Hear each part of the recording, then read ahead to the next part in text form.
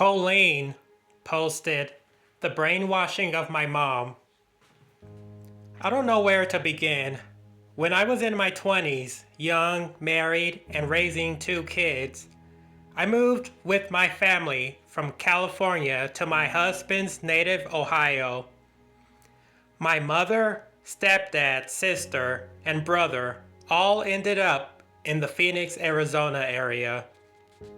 I am very much like my mother, but thank God I ended up thinking a lot more like my English teacher dad, who lives in Oregon with my stepmother.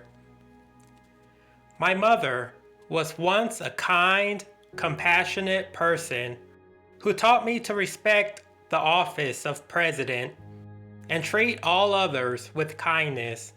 The underdogs were to be encouraged and given a sense of acceptance. As a once shy kid, this was what kept me strong within and shaped who I am today. Politicians were folks in the background of our life, showing up only in news stories that my parents watched at night back when news was just news. Over the last 3 decades, I sensed the change, but ever so gradually. And yes, my own sense of politics developed as well, as I learned more about religion's influence on politicians and who supports them, and I began to lean more and more liberal due to conservative viewpoints alienating and marginalizing folks who didn't deserve it. My mother, on the other hand, began to slowly slide down the anger rabbit hole. Arizonans are very entrenched with illegal immigration, and she began lamenting about foreigners stealing our jobs. The Obama years exposed an underlying prejudice within my mother and my stepdad, both of whom are viewed as good people, hardworking, honest.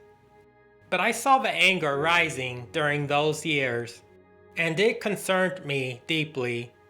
Obama was trying to resolve the healthcare crisis, and all they could do was comment about how much they hated him. Why?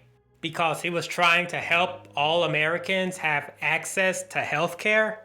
My little brother began to slide down the anger rabbit hole as well, but knowing my viewpoints, seemed to be more sensitive about the issues, not creating a divide between us.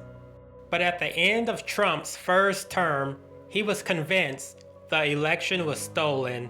He had become a huge gun enthusiast and seemed to start to believe in the conspiracy theories he and I once made fun of, ironically.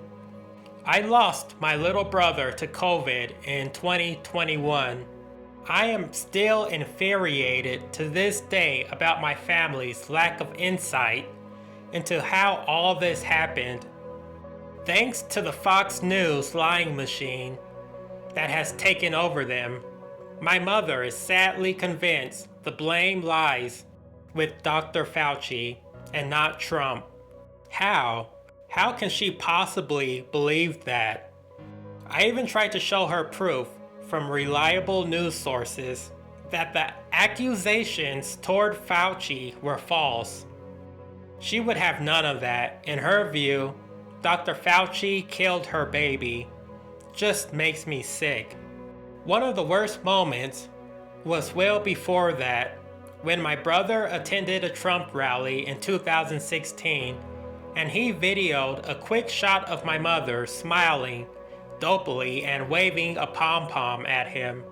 I was floored. My mother would have never put up with any politician talking the way Trump does. But there she was, my goody two-shoes mother, supporting it fully. It was like I didn't know her anymore. I was shattered when I saw that. It was my first confirmation that she supported Trump.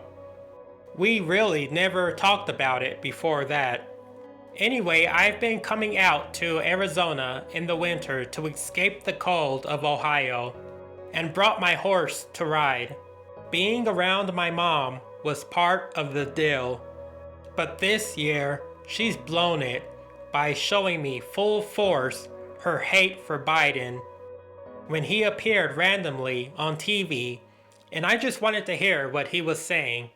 She became livid, exploded, and left the room.